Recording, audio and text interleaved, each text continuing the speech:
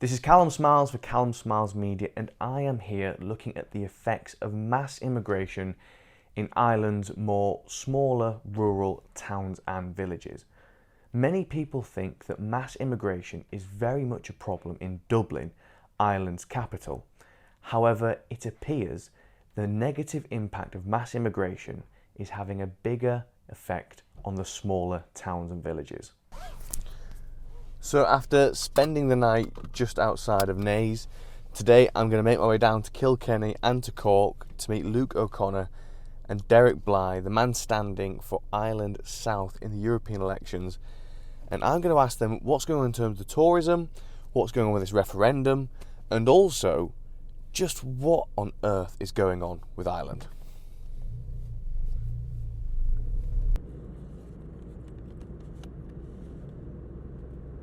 So Luke, tell me about where we are now and how migration has affected this area. Okay, so this is the Kilkenny Inn Hotel. It's the birthplace of Kilkenny Says No. So about a year ago, close enough to a year ago, a group of locals unhappy with our hotels and tourist beds being taken up with asylum seekers and Ukrainians. We had a protest. Originally the protest was supposed to be outside the town hall with local representatives. Unfortunately, the NGOs clamped down. They organised a counter-protest. They were given huge amount of time on local radio and local media, never mentioning that it was actually a counter-protest to prevent us from peacefully exercising our constitutional rights. So we walked down here. There was about 60, 70 of us, and we had a demonstration outside the Kilkenny Inn. And the sad thing about this hotel is that you can see directly the impact that losing the tourist beds has had on local businesses in the area. On that day we said local businesses are going to suffer because of this. Within 4 months, 3 local businesses closed within 100 metres. And that's the reality of it. And you know, in a town like this, a city like this, tourism is our lifeblood. You know, in 2 years ago, tourism was down 76% on pre-COVID levels. Okay, last year it was still down 22,000 people on pre-COVID levels. And the reason it's still down on pre-COVID levels, one of only 3 places in the country, is because all of the beds are being taken up with asylum seekers and refugees, many of whom we know have come here under false pretenses and are actually economic migrants. Tourism is Ireland's biggest industry and biggest employer. Kilkenny in particular was a tourist hotspot of Ireland for both domestic and international tourists. However, post-COVID lockdowns, tourism dropped 76%, and with the ever-growing migrant issue, things haven't quite returned to normal. Whilst Kilkenny is being hit hard by the drop in tourism, across the entire country, international tourists are spending €2 billion less in 2023 than they did in 2019, an issue that will continue as many hotels simply aren't open to the public as they are being used for migrant accommodation. The milkman said to me, "Jesus, the place is just the amount of people walking around in kind of gangs was unbelievable." And he said it was very, very unsettling. He said he wouldn't like to see his daughter walking around in it. The other thing was that it's beds, and the fact is, if we don't have the capacity to deal with the amount of people coming here who want to come here for tourism, then the city is going to completely, it's an economic suicide, and that's the only way I can put it. Do you know how many migrants are in Kilkenny? I don't know how many migrants are in Kilkenny, but what I can say is this hotel was taken up. The Spring Hill Hotel was taken up with Ukrainians. There's at least 4 other places that used to be huge centres for tourist beds, both domestic tourism and people come here from America and other places. But like domestic tourism is massive here because it's a big town, big city for hens and stags, you know. And you know, we don't have the capacity to deal with the numbers we used to have, you know. And finally, regarding the immigration stuff, what's the feeling in Kilkenny? You talk to lots of locals. You've been down to Carlow as well, or rather up to Carlow. Yeah. What are people saying? Are people now starting to become more vocal about this issue? Because I know, in years gone by, people, they have their opinions, but they keep them to themselves because they don't want to be perceived as racist, bigots, Nazis. Yeah. But now in the UK, people are starting to talk more. What's it like here? People are angry. You mentioned Carlow. Carlow's interesting because it's a different kind of town to Kilkenny. Carlow, when I stood with the Carlow Says No protests outside the old Capuchin Friary, one of the things that struck me was there was a class divide.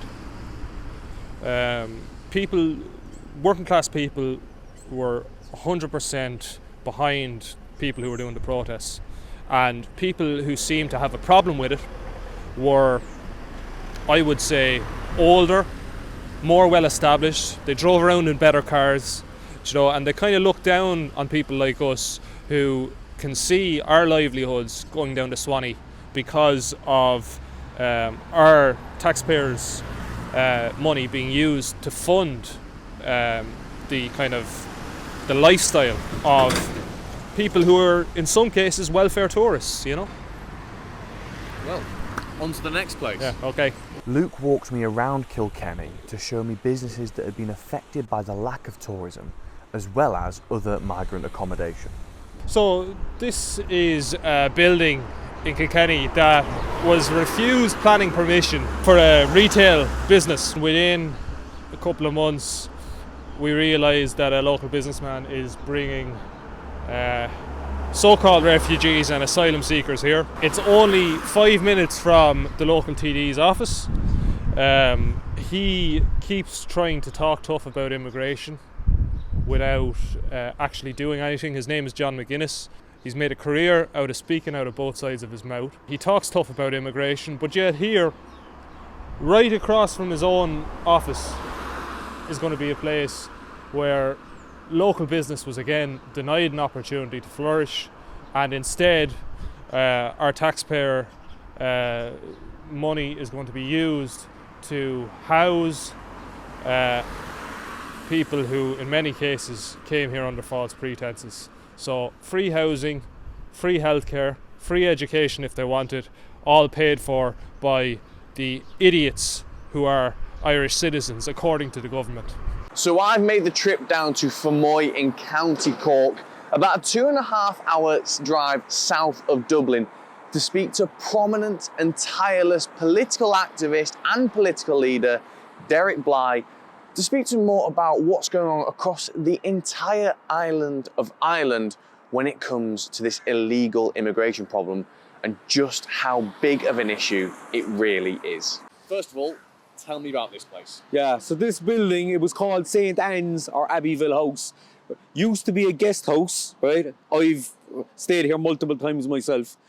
But last year we heard that it was bought up by new owners, and the documents that we saw said that 56 male asylum seekers were going to be moved in there. So a protest started here almost straight away last November. It's been going for 107 days today, morning, noon and night.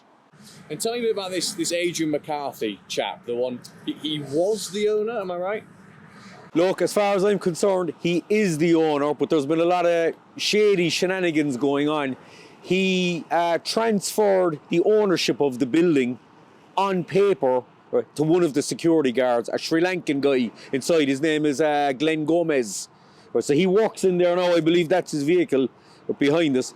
He's the owner on paper, but Mr. McCarthy is making the money in the background, and he's tried to step away from this as much as he can, but there's a paper trail that leads directly to him, so we know. Is this the only property that Adrian McCarthy has taken on lucrative government contracts? No, he's actually got another building inside in Cork City. It was another guest house that he bought in 2022, I believe. He's making something like €250,000 per month. something like that. We actually protested outside that last year, not knowing who the owner was. But he seems to like this government money, so he's bought up this building now and he wants to dump 56 males into this community here. So at the moment, there's no one in there? No, not that we know of. There are security guards and some staff working inside there. Yeah, we believe he's probably still getting paid, right? Because the contract would have started, months ago. But he's probably getting paid because, they send staff here every day. And you mentioned there about people who's going to be here, like the demographic. Has anything happened since people have protested? Because one of the things I've noticed around Ireland is that either they'll start off saying it's going to be usually mainly women, Ukrainian women and children, or people will protest outside of a place and go, okay, we're not going to put male asylum seekers here. It's going to be mainly women, children. What's happening exactly in this one? The initial story was 56 males. On the documentation from the government, it said 56 asylum seeker males. Several weeks after we started protesting, they said, okay, you won't get males, you'll get women and children. Okay? We've seen this a million times around this country. Once the protest backs off, okay, they'll send in the women and children. If the media will be out. Once the women and children are in and the protest is gone, the women and children are moved out and the males are brought in. So the current story is that it's going to be families. So it went from males to women and children to families. So, who knows what a family is these days? We have a referendum happening here at the moment and they're trying to get rid of the word family altogether. So, yeah, there's some shady shenanigans going on. Right, where next? Let's go to the hotel. So we are just over the river from where we were a minute ago. 400 or 500 metres. And we're at another migrant hotel. Yeah. Tell me a bit about this place. Yeah, so this place closed to the public, right, over COVID. And after Putin entered Ukraine, right, the hotel quickly announced that it was going to take in Ukrainian refugees. So they've been in there probably since mid-2022. You can't get in there now at all. There used to be a restaurant, used to be an upstairs. The town of Fermoy literally has no accommodation now whatsoever. If you want to visit here and stay overnight, there is nowhere to stay. All the potential buildings for tourist accommodation are being used. Well, I was talking to you when I was booking my trip here, and I was looking for certain. You're right. There's nothing. When I was on Expedia, I think there was one place nearby. Other than that, I'm having to stay down the road in Mallow. Yeah. But tell me about the demographic of Fermoy, because I've seen in some places in Ireland. I mean, Ireland, it's compared to the amount of people here, it's a fairly big country compared to the size of the population. Yeah. So I've seen that some places, the entire demographic has changed. Is that the case here in Fermoy? That's the case here in Fermoy. Yeah. The native population has been whittling down over the years. When you walk on the streets, you notice that there's a huge amount of foreign nationals. Nobody in this town ever had a problem with that. There's a large Brazilian community, there's a large Polish community. No one ever had a problem with that. The problem is in the last few years in this town, there's been 4 rapes. 4 rapes. I think there's been 5 rapes in the recent history of the town. One of them was carried out by an Irishman, right, a few decades ago. But in recent years, there's been 4 rapes. They've all been carried out by foreign men. And what do the Garda do about this? I mean, the perpetrator is arrested and he does go to prison, but that doesn't make the streets any safer. The last girl that was attacked here, she was actually in a nightclub right around the corner, right? And this is where they congregate. So we've a refugee centre here, we've a refugee centre right around the corner, and they want to put another one right over there.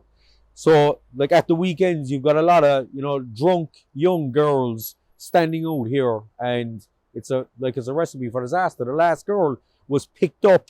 She waved down a taxi, or what she thought was a taxi. It was a Moldovan man who was driving around Cork looking for girls. He took her out the road, he stripped her naked in the middle of winter, sexually assaulted her, and left her run off in minus something degrees. The only way that she was found was her phone was open and her Snapchat was on, and the Gardaí managed to locate her that way. So it's very, very concerning for parents, especially 85% of asylum seekers coming into Ireland now don't have documentation. They've no passports, they've no ID. We don't know who they are or what their backgrounds are. Who's bringing them in? Who's bringing them in? Look, the buck kind of stops at the government, okay? But, this agenda, who knows where it's being pushed from. The government are saying that we have an obligation to take anyone, who comes here. But we actually have an opt-out clause in a Lisbon agreement that we signed up to, close to 2 decades ago. But the government are lying about that. We do have an opt-out, The buck stops at the government, in my opinion. So the government are saying they can't do something about it, but they can. They're just choosing not to. Yeah, they're choosing not to. The Irish government, they always want to look like the best boy in the class, when it comes to the EU. They won't say no to the EU, in any way. And more important, you hear of governments in the West these days that they always bang this drum about democracy. Yeah. Was anyone in Fermoy asked if it's okay to do this? We've been calling for a referendum on immigration for years. Nobody was asked. We were never given an option. So what sort of reception do you get in Fermoy? Are you a well-known, well-liked character, or you often see with people like you, the mainstream media, the establishment, they do everything they can to discredit them and try and just get people to hate them? What sort of reception do you get? The media will say that there is no support for what I do, but when I walk these streets and meet people, it's largely positive. It's largely positive. There are a few who don't appreciate what I'm doing, but the type of people who don't like me stand out in a crowd. They're normally, blue-haired loners. They're fairly identifiable communists. And do you get people coming to you for help because they know of what you do? I remember you introduced us when I worked at Rebel News to that woman called Lauren. Yeah. Do you get people coming to you often with sob stories and heartbreaking accounts of things happening because they know you can do something? Non-stop.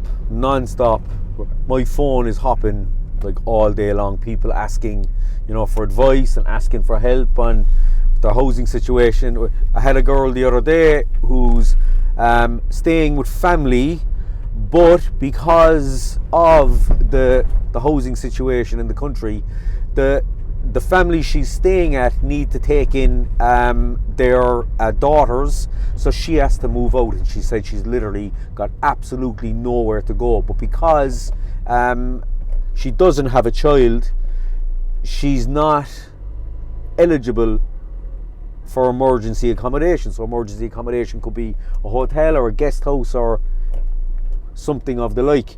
The only accommodation that she's eligible for is a homeless hostel. It's full of drug addicts and it's not a nice place for a young girl to go.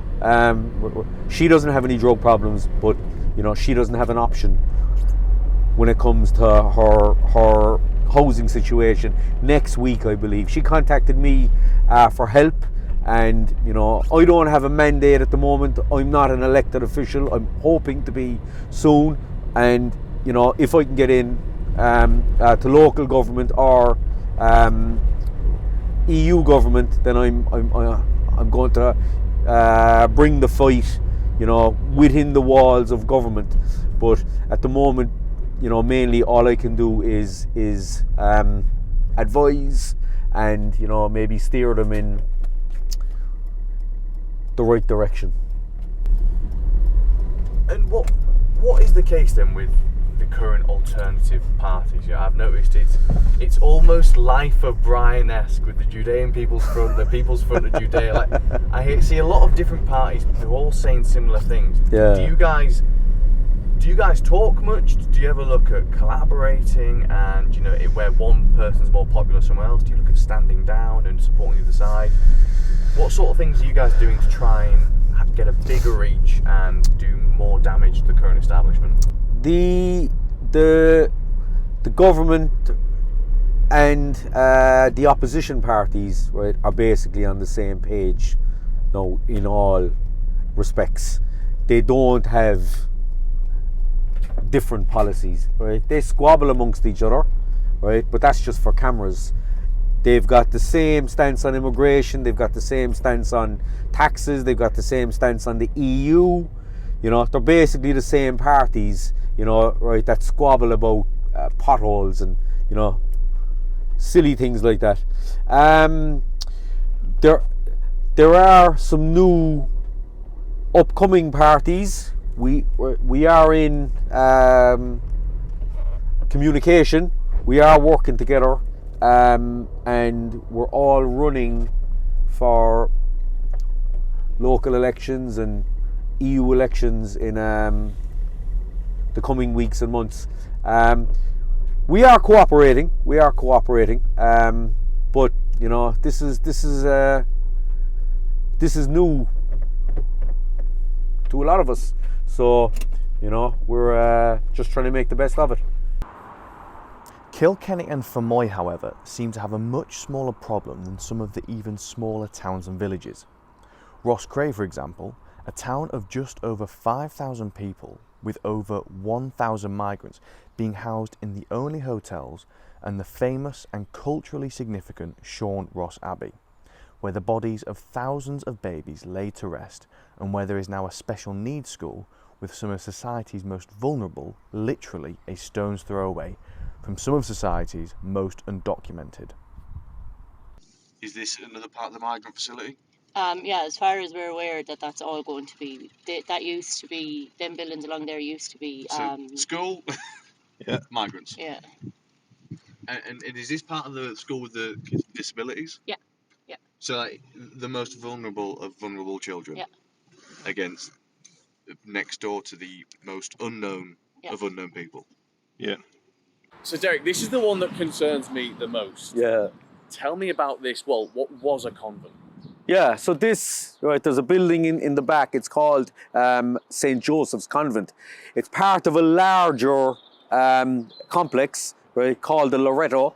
And there's 4 schools, right, in this grounds. So there's a secondary girls' school, there's a primary school for mixed, and right, there's 2 creches. There was 2 creches.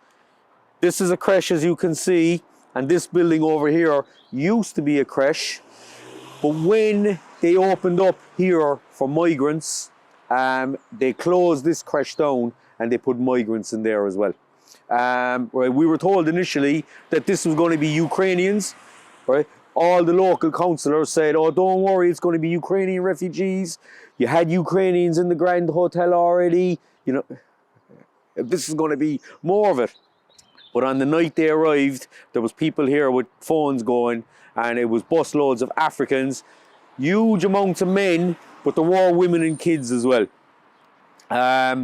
So we held a protest right outside here the following few nights, and there was more and more buses showing up. And one night I approached a bus, and right, it was a load of Georgians. It was full of Georgians. As you know yourself, there's no war in Georgia.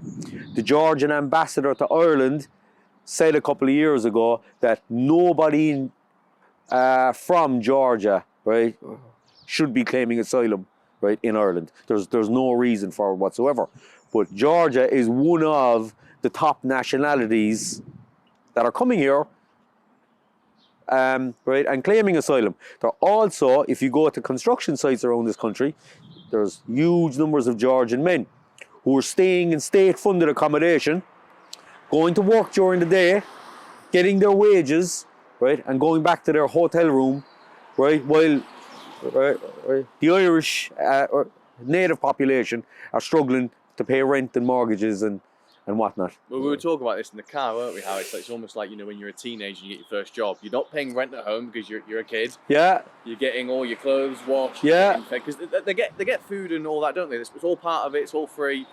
And now there's a thing in the Irish law where they can, as soon as they get here, can go straight to work. Yeah. So they're getting a wage. They're getting all their accommodation, food for free, legal help, dentistry, healthcare. All for free, am I right? Yeah, there is a waiting period for when they work, but they're trying to pass. You can see it now, the media is firing up right over the last few days, and they want to give asylum seekers the right to work from the get-go. So you come into the country, here's your 4-star hotel, here's your laundry service, here's your meal service, here's your medical card. You don't have to worry about doctors or dentists, right? And then you can go to a job, right, a construction site or whatever you want, and you can make your, whatever, 600, 700, 800 quid a week, right? The same as the Irish guys, right? But you don't have to pay rent.